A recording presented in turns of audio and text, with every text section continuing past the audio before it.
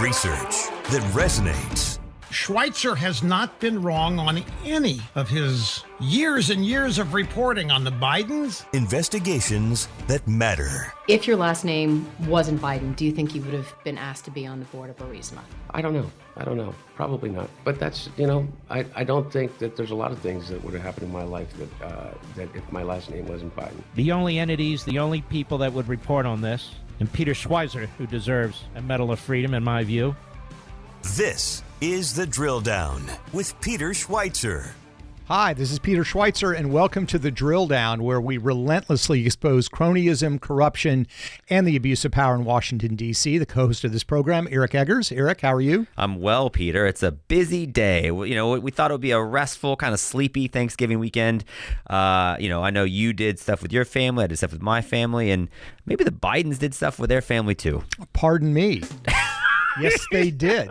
They did indeed. The pardon of Hunter Biden. Everybody's talking about it. We, of course, know a little bit about this because we've been on this story since 2018. There's quite a lot here to unpack that I think people aren't fully understanding. We love surprising you. You were out of the office a little bit last week. So What you didn't know is since you were gone, if you look, we swapped out the book in the background. Look what book we got back there. Oh, yeah. You got Secret Empire. To underscore how long we've been on this story, Peter Schweizer, the it's research. even got dust on it, right? Well, that speaks more to the maintenance crew here. But we have Secret Empires came out in 2018. Yeah. And if I'm not mistaken, I believe it was your first number one Right. New York Times bestseller. It was. And that is the story that that was the book that broke the story of Hunter Biden, not just that he existed, but that he had these business relationships in weird corners of the international business world. Right. And it seemed like he would be well positioned to make money off of attempting to influence his father. And then so we kind of came out with that story, and then the New York Times did a piece on it. And for years, we just heard lots of different variations of there's nothing to see here from the Bidens. Right, exactly. Nothing to see. But then they pardoned him this weekend.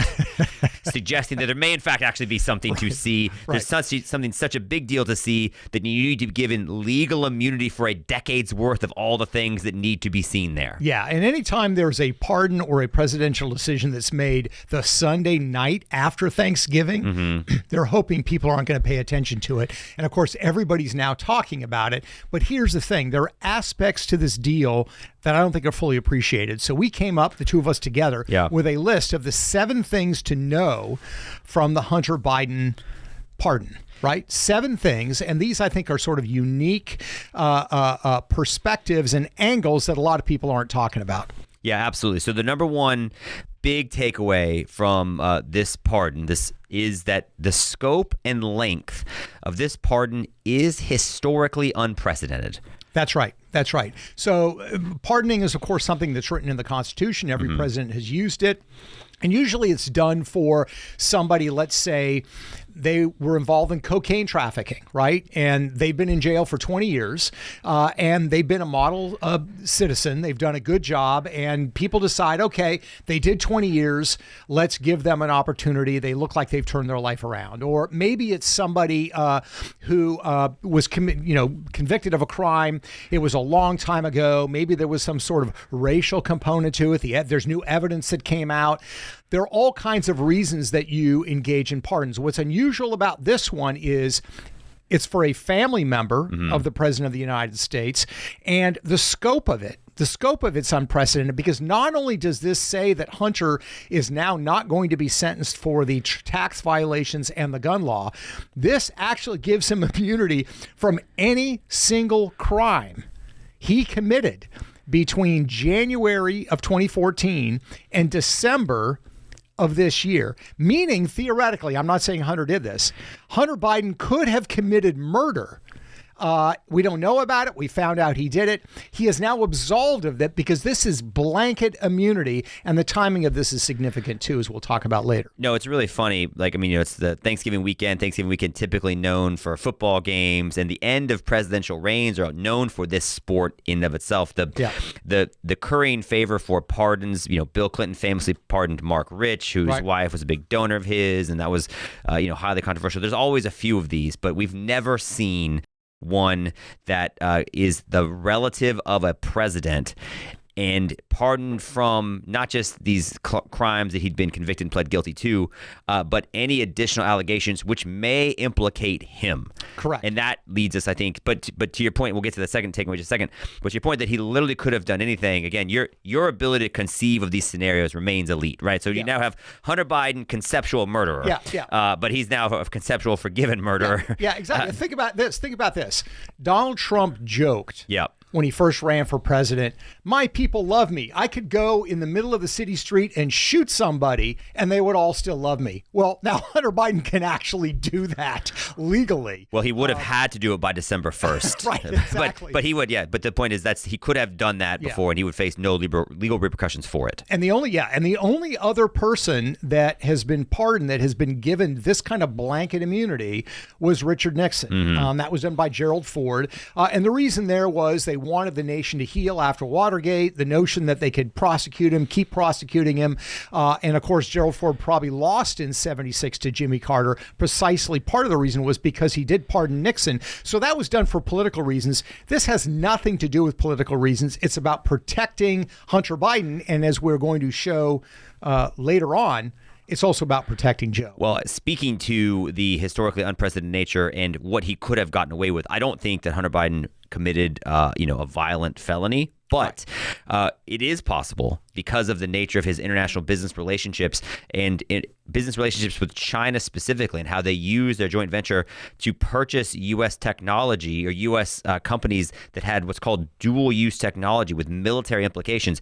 It is possible that Hunter Biden was a party to things that could be portrayed as a threat to American national security in a way that's not legal. Right. And he would now be forgiven for that as well. So, That's that's a very real possibility. They can try to prove that if they want to, but it doesn't matter because he's been pardoned for that. So number one, big takeaway is the scope and length of this pardon is unprecedented. Number two, and this gets back to the point, this was a proxy pardon for the big guy, Joe Biden. That's right. And that also makes this unprecedented and makes it highly troublesome, because here's the thing. We know that Hunter Biden received this pardon at a time when he was still under investigation by the Biden Department of Justice, let's remember, on an influence peddling scheme. That's the terms that prosecutors used in the tax case. They said the profits, the millions of dollars that he didn't pay taxes on, were a result of an influence peddling scheme, foreign influence peddling scheme, that is still under investigation. Now, who's involved in that? Whose influence was being peddled? Exactly. It was his father's. So by doing this, what Joe Biden has done is not only bailed out his son, he has basically effectively hamstrung larger investigations into him, Joe Biden, and the family, which to me is, again, a massive, stunning acknowledgement of how deeply corrupt this family is. So this is, yes, a proxy really for Joe Biden getting pardoned as well. Yeah, you put it a certain way, and I wrote it down because I think it's exactly correct. You said, Joe Biden as president, I guess consider this, America. Joe Biden as president just pardoned a family member who was the subject of an active investigation that implicated himself, the president of the United States. And so by pardoning his son, Hunter Biden, also pardoning potentially his business partner's son, Hunter Biden, he has pardoned himself from being one whose influence was used to, make his family money and potentially do things on behalf of the clients who gave his family members money. That's the violation of the Foreign Agent Registration Act, which Hunter Biden has admitted in emails that they may be guilty of. Right. So he's pardoned, he's given immunity from that as well. That to me is the big picture takeaway, right? Exactly. And this also means if our view here is correct, which I think it is, it's a proxy pardon for Joe. It also means we should anticipate that he may in fact also pardon his brother Jim Biden. Yeah. Because remember, Jim Biden actually sent Joe Biden money. The check was, listed as a loan from Jim Biden. There's no evidence there was any documentation on this loan. There was no repayment of the loan. I think that was kind of a ruse. But the point being, Jim Biden is also the subject of FBI investigation and DOJ investigation on a myriad of deals. So I think we should anticipate it again as a way to prevent them from actually getting to Joe Biden. Because, of course, if the underlying crime for Hunter Biden can now no longer be prosecuted, it takes the wind out of the sails for any prosecution involving the family in general. So let's talk about Jim Biden, because Jim Biden was involved in one deal in one country specifically that I think, we've spoken about quite extensively, but I think it warrants additional elevation in this conversation only because, our third big takeaway from this pardon, this historically unprecedented pardon of the president's son, is that the timing of the pardon matters a lot. It's a very specific time frame. We're talking about January 1st, 2014 to December 1st, 2024. Which means Hunter might have done something in October that nobody knows about. Well, we I mean, right? I mean, seriously. How honest did they get at Thanksgiving dinner? No, actually, Dad, we're gonna kind of need to kick that one down to November as well. Yeah, I mean, seriously. I mean, that's what's so weird about this. But so we'll get to that, right? But let's talk about what happened in January 2014. Why does January 1st, 2014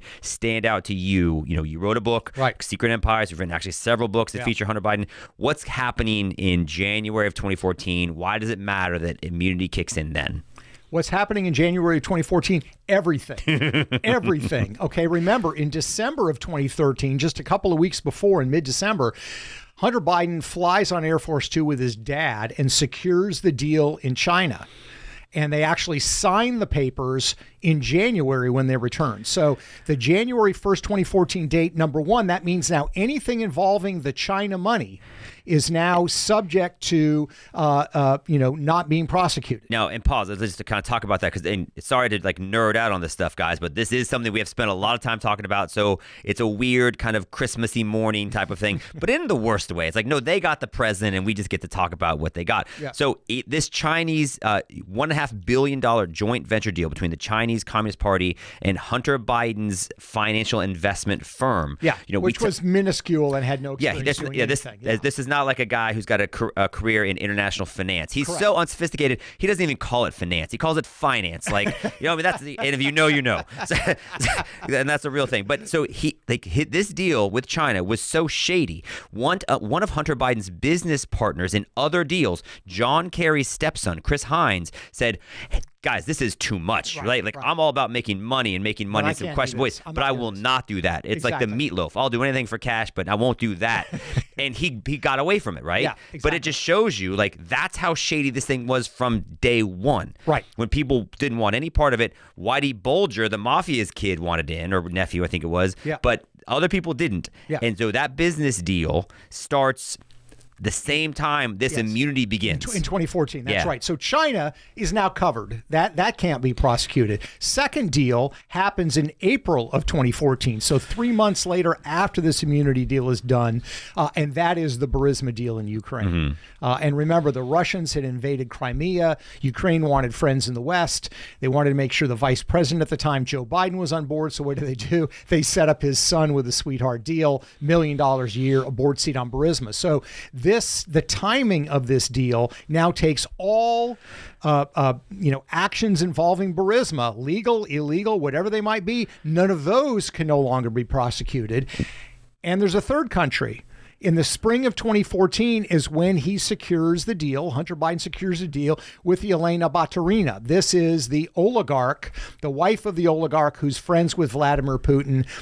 What she's looking for, Russia again has invaded Ukraine. Ukrainians are looking for allies. She's looking for a way to make sure she's not on the sanctions list that the Biden Obama administration is putting together. She gives $3.5 million to Hunter Biden's firm, and lo and behold, she never shows up on the sanctions list. That, anything related to Yelena Baturina and Russia, that can now no longer be prosecuted. So I want to go back to the Burisma thing just quickly, because we again, this is something we've spoken a lot about. But to be clear, Burisma hires Hunter Biden, this Ukrainian natural gas company hires Hunter Biden.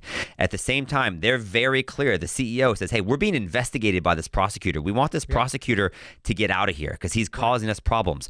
Joe Biden brags about telling the Ukrainian president, we're withholding your aid unless you fire this prosecutor. Hunter Biden brags to his boss, the aid has, this prosecutor is successfully removed. That is all a thing that happened that nobody disputes. Yeah. You've suggested that fits the legal definition of bribery. Yes. That is also a crime that Hunter Biden is absolved from because of this pardon. And an example of a crime involving Joe Biden. Joe Biden. Yeah. So this is, again, you are now hamstringing any investigation. We know there are ongoing investigations. DOJ has said so. Now you have basically gutted the ability of that prosecution to go forward because there's no underlying crime that you're investigating. So those are among the things that the front end of this decade's worth of immunity covers. But what we were talking about is, why did it have to go to December of 2024? Because let's think about this, right? Yeah. Like, allegedly, Hunter Biden is clean and sober, which means the drugs they found in the White House couldn't have been his. He hasn't been an active member of these business deals for the last several years. So any supposedly, so any shadiness that was happening there, why would you need to give him immunity through the end of 2024? Now, there's two things. Number one is, you mentioned the art deals. All of a sudden, all the stuff that we're always told, oh, there's nothing wrong with this. He's just an artist. Why are you such a political hater? There's nothing wrong with the son of the president selling art to people that they don't have to disclose who it is and funneling untold amounts of money $500,000 a painting to the family of the president. That's just how the art world works, bro. Like, level up. Exactly. Okay. Yeah, I think that's part of the reason, right? Yeah. And it's pretty simple. Let's remember, Hunter Biden doing these paintings, he's making $500,000. He's not disclosing who the donors are. It turns out that some of the donors end up actually being purchasers of the paintings, not donors, right? Theoretically, they're purchasing the paintings. Those are big supporters of Joe Biden. Some of them who end up getting ambassadorships in the Biden administration. But there's also the foreign side of it, because they were selling these in China. They were selling these overseas, and none of those were ever disclosed. So, but by the timing here in how they've extended it to December of 2024 means anything pertaining to the art deals can now no longer be prosecuted. So there's that. And then there's this last thing. And this is just us pointing out several things that are true and asking questions about, this is a true thing that the immunity period would cover. Okay. So it's a known thing that what the Biden sold is access to Joe Biden and the appearance of influence that Joe Biden carried. Yeah. Okay. It's also a known thing that it's been alleged by the House Oversight Committee that the role that Hunter Biden played in any Biden business deals was essentially to act as the bag man, for lack of a better term, the person that facilitated the transaction, to use a Bill Clinton. He had the convening authority, right? He's the guy that bring people together. Yeah. So you got Joe Biden, who's the guy that makes stuff happen. You got Hunter Biden, the guy that makes money off of Joe Biden making stuff happen. And you have this new deal where Joe Biden gives Hunter Biden a pardon through December of 2024. And the question becomes, why? What would you potentially need to have legal cover for that would have occurred this year? What's one thing that Joe Biden did that mattered a lot this year? And the answer, I think, a thing is that Joe Biden, against his will, stepped down from running for re-election. And there was this period of time after the debate and before he said, I'm out of the race, where his family continued to say he's in. He gave press conferences at NATO, and he's like, I'm strong, I'm the adult in the room. Everything you heard from the Biden camp was that he's not going anywhere. Now, it's been speculated that there was that those public statements were in effect cover for any negotiations that might have been happening behind the scenes. Take care of me and my family. I will step down if you take care of us. If you don't take care of us, give us deals, set us up for deals. When I leave the presidency, I'm staying right here and I'm running. And let's be very clear. We have no evidence that any deal like that was struck with Joe Biden. We have no evidence that there's been any agreement for financial remuneration. But it fits the pattern. It does fit the pattern. And what's also true is that the pardon that Joe Biden gave Hunter would cover any negotiations and arrangement that infringed on the boundaries of legality. Right. And anything that happened that might have been illegal, Hunter Biden, the bagman for his father, is now legally pardoned from. Exactly right. So we're going through the 7 big takeaways from the Biden pardon. And the third one is that the timing matters a lot. Yeah, exactly. The first one, of course, is the scope of this. It's sweeping. It's unprecedented. The second one, of course, is that this was a proxy pardon for the big guy. The third one we were just discussing, the timing says a lot. Yep. It's key. The fourth one, this is actually the second bite at Hunter's immunity apple. This is so great. So I'm old enough to remember Peter Schweizer. Remember when they actually went to court about some of these legal charges. They did. And the lawyers had come up with a plea deal. This is like the lawyer for the U.S. Attorney, the Department of Justice, and Biden's Department of Joe Justice. Biden's Department of Justice, and Hunter Biden's personal attorney. They came together and said, you know what, we figured this out. We have a plea deal. And this judge says, this seems a little light. I'm not sure I like this. And they're like, well, sorry, judge. You don't actually have the authority to say whether it's a good deal or not. Right. And she's like, I don't. Like, no, it's the political process. Like, this is a real conversation that happened in a real courtroom. Yeah. And then when the judge asked a couple follow-ups, the deal fell apart. And why did it fall apart? I was going to ask you that, Peter Schweizer. Why did the deal fall apart? What was the thing that the Department of Justice and Hunter Biden's personal attorney couldn't agree on? Well, apparently the Hunter Biden attorneys, believed that this was going to grant him, this plea deal was going to grant him immunity from any prosecution on any crime. Does this sound familiar? Yeah. I mean, in other words, that was their expectation. Now, the Department of Justice people said, well, no, we didn't agree to that. It seems like there certainly were discussions about it, but that's why the deal fell apart. So they were trying to get blanket immunity for Hunter Biden, not just on the tax deal, not just on the gun deal, but on everything else a first time. And it fell apart because we had this courageous judge in Delaware who said, wait a minute. Guys, you can't do this. And they said, well, let us mansplain this to you a little bit. No, they didn't. They kind of did. But it was this amazing moment in the court because they said, she goes, well, is it your understanding that this will cover, immunity from any future charges? Right. And Hunter Biden's lawyer's like, hell yeah. And the U.S. attorney's like, well, no. And then so there was this real moment of actual drama. And they said, well, then we're going to have to bail on this. And so they went back and they couldn't come up with it. And so the deal fell apart. So to your point, they tried to do this before. It didn't work. So because they couldn't figure out how to get it done then, bite number 2, Joe just gets it done. So it's just worth putting this pardon, as my favorite vice president likes to say, in the context of the moment, It is. And it shows, again, how shameless the Bidens are when it comes to this conduct.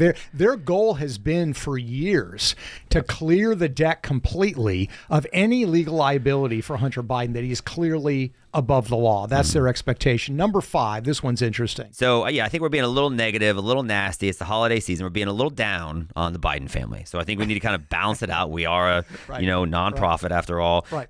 So the 5th takeaway is, unlike everything else the media has told you, this pardon, as unprecedented as it is, actually is Donald Trump's fault. That's right. Trump triggered this. But he triggered it because here's the thing. If Kamala Harris had won in November, Joe Biden would not have had to pardon his son. And that's not because there was going to be unfair political prosecution of Hunter Biden. That's because under a Kamala Harris administration, they would shut this thing down again, like they tried to do in the previous Biden administration. So this happened because what you're going to have with Donald Trump, what he's promised with the Attorney General, with the FBI, with so many government agencies, is transparency. We're going to open up the books. Here's the other way it triggers it.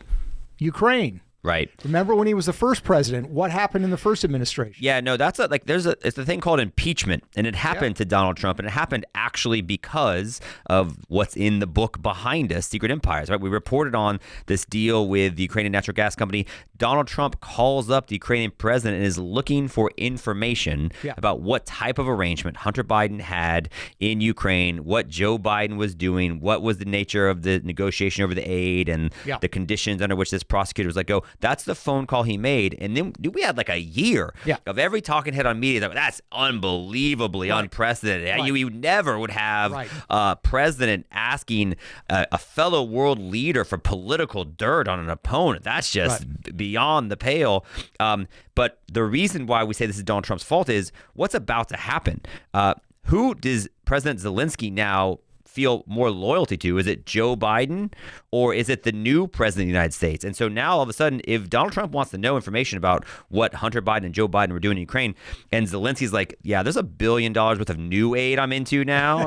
I'm about that new hotness, all of a sudden, Trump's got a lot more leverage. Yeah, he does. He has leverage. And look, if his goal is transparency, I think even though Hunter Biden is now not going to apparently face a jail cell because of his offenses, the American people still need to know. That's the whole purpose of transparency. Yeah. So I think one of the reasons that this took place, the reason he pardoned him, is because the expectation that there's going to be a lot of information that's going to be coming out about Hunter Biden, and they need to protect him. So again, this pardon, in a way, was another example of Trump triggering somebody. He triggered Joe Biden into making this pardon. Yeah, and let's be very clear about this, right? And this kind of leads into nicely to the next point. But this pardon was announced, I think, a day or 2 days after Kash Patel was announced as Donald Trump's choice to lead the FBI. Right. And a lot of people saying, oh, he's a loyalist. Yeah. By the way, my new least favorite word that's used in discussions about anything Donald Trump does is dangerous. It's like, stop it. It's slightly not overused. It is word. not dangerous. Oh, Kash Patel is a dangerous choice to lead the FBI. I think there's lots of things that have happened in which lots of people have been accused of crimes and put in jail. And by the way, political leaders, presidents never pick loyalists for any of their cabinet Who's positions. the most qualified is not a question you ask. Yeah, when JFK was picking his attorney general, Bobby Kennedy was his brother was the most qualified. But I'll just say, I don't think it had as much to do with the timing of the Kash Patel's nomination. Because remember, Donald Trump was president for 4 years, and he did not go about the business of putting political opponents in jail or prosecuting them. He did the opposite. That was actually done to him.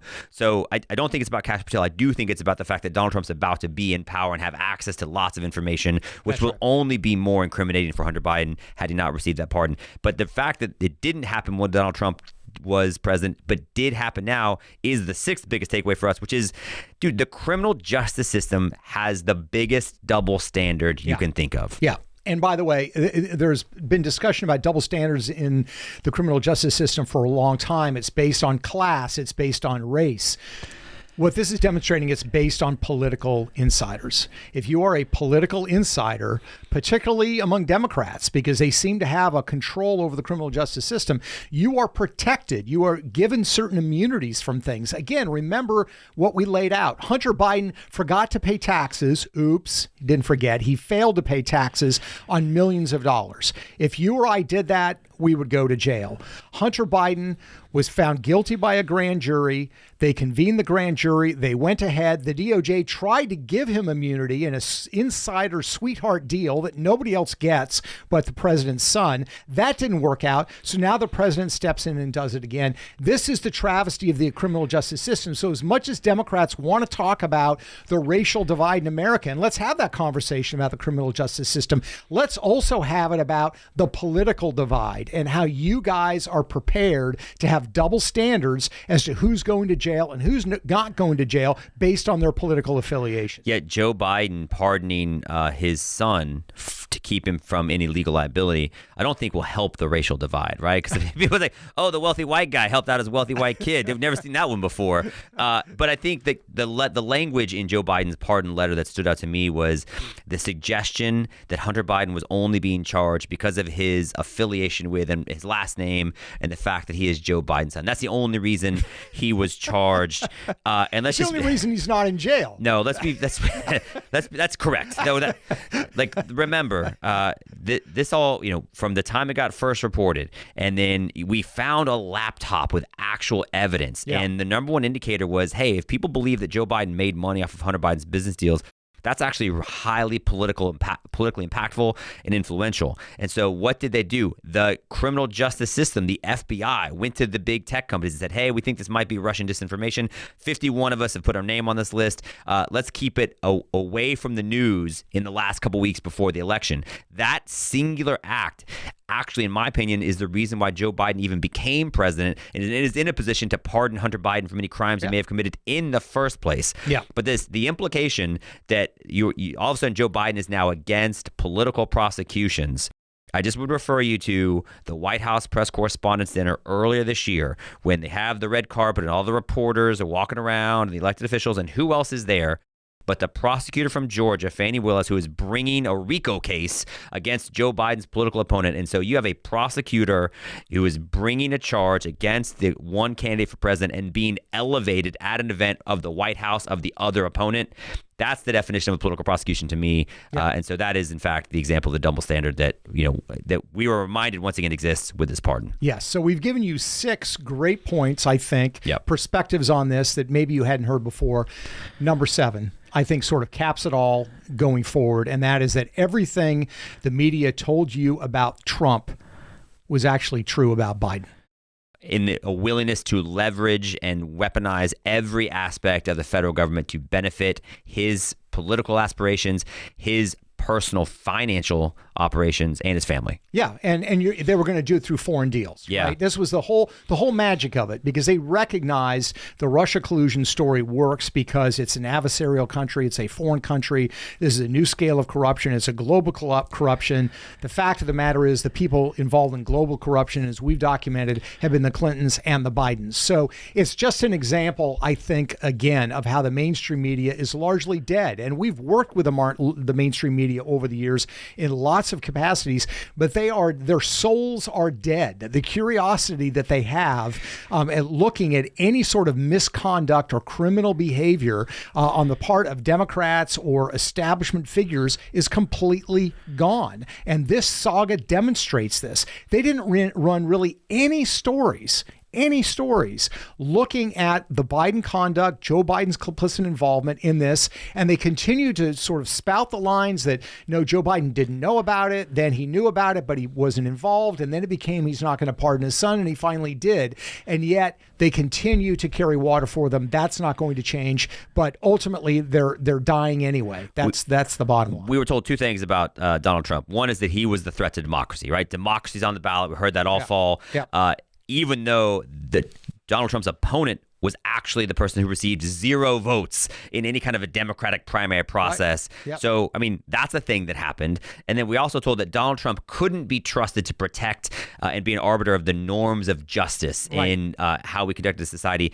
And then, well, actually, it was Joe Biden who, A, weaponized the prosecutorial arm of the Department of Justice, and then B, circumvented the decision of a grand jury and a legally accepted plea deal and gave his son immunity. Lots of people said, well, of course, if you were a father and you could give, your son immunity, keep him out of jail, wouldn't you do it?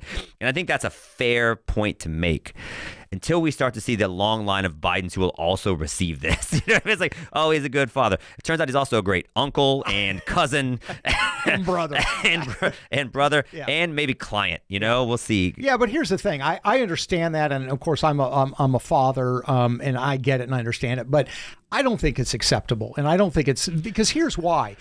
Joe Biden allowed this to go on. Yeah. It would be like, an analogy would be as if you knew your son was robbing banks, and you never once said to him and said, by God, if you rob banks again, you are on your own and I'm going to call the cops.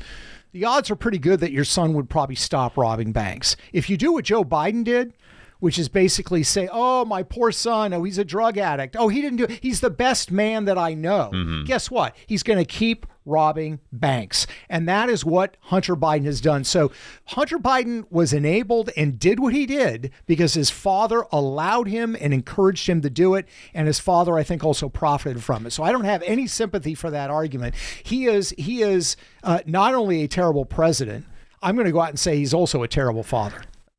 That's aggressive. That is a deep cut and one that many people probably heard around the Thanksgiving dinner table. Just not that I expected to hear on this post-Thanksgiving Drill Down podcast. Ouch. Well, I will say this. So I guess, look, if you're going to accuse Hunter Biden of being a potential murderer and a serial bank robber, I guess it's okay to call Joe Biden a terrible father. Although maybe he's an enabler, if nothing else. I will say this, my low-key other takeaway from this, because they came up with this announcement on the Sunday after Thanksgiving. I think the Bidens, as many people apparently did, went to the movies this weekend. We're talking about why did this come out now? I feel like the Bidens went to see Wicked. They came out of there and Joe Biden's all inspired. He's like, you know what? How did this influence his decision? The closing number, which is rousing, and Joe Biden's like, you know what? I think I'm going to try defying gravity. And, nobody mourns the wicked. And Hunter, you and I deserve each other, bro. Let's go. And they walked arm in arm as the credits will roll and the Bidens will stay out of prison. So that's what happened. The wicked Bidens. Is that what you're saying? Well, that seems like more your lane, this podcast. I'm just trying to keep I'm in that kind of mood. We may need a pardon after this. Well, we appreciate you, as always, taking time to listen to this podcast. We know your time is valuable. You can find out more about our research at thedrilldown.com, and you can find this podcast wherever great podcasts are located. Thanks again for listening. Until next time.